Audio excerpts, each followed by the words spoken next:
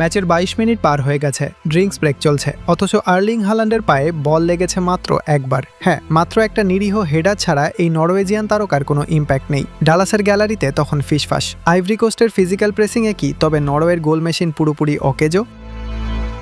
কিন্তু যাদের জন্মই হয় ম্যাচের ভাগ্য বদলানোর জন্য, তাদের বোধহয় 86 মিনিটের ওই একটা নিখুঁত পজিশনিংই যথেষ্ট। বিশ্বকাপের রাউন্ড অফ 32 এর এই ম্যাচটার ব্যাকগ্রাউন্ড স্টোরিটা বেশ ইন্টারেস্টিং। আইভরি কোস্ট শুরু থেকেই নরওয়ের ওপর রীতিমতো ছড়ি ঘোরাচ্ছিল। গিসলেইন কোনান 21 মিনিটেই দারুণ একটা সুযোগ পেয়ে বল মারলেন সাইড নেটে। সবাই যখন ভাবছে আফ্রিকান দলটা লিড নেওয়া শুধু সময়ের ব্যাপার, ঠিক তখনই সব হিসেব পাল্টে দিল নরওয়ে।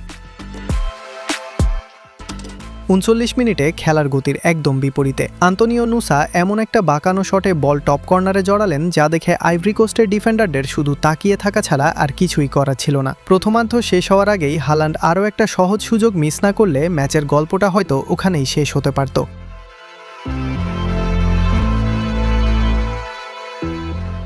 কিন্তু দ্বিতীয়ার্ধে শুরু হলো আসল ড্রামা। 55 মিনিটে নিকোলাস পেপের একটা লো ড্রাইভ দুর্দান্তভাবে সেভ হলো নিয়ার পোস্টে, তবে সব আলো কেড়ে নিলেন ম্যানচেস্টার ইউনাইটেডের উইঙ্গার আমাদ দিয়ালো। বদলি হিসেবে মাঠে নেমেই তিনি পুরো ম্যাচের মোড় ঘুরিয়ে দিলেন। 67 মিনিটে কর্নার থেকে উড়ে আসা বলে হেগেমের একটা নিশ্চিত গোল অবিশ্বাস্যভাবে গোল লাইন থেকে ক্লিয়ার করলেন আমাদ। আর ঠিক 8 মিনিট পর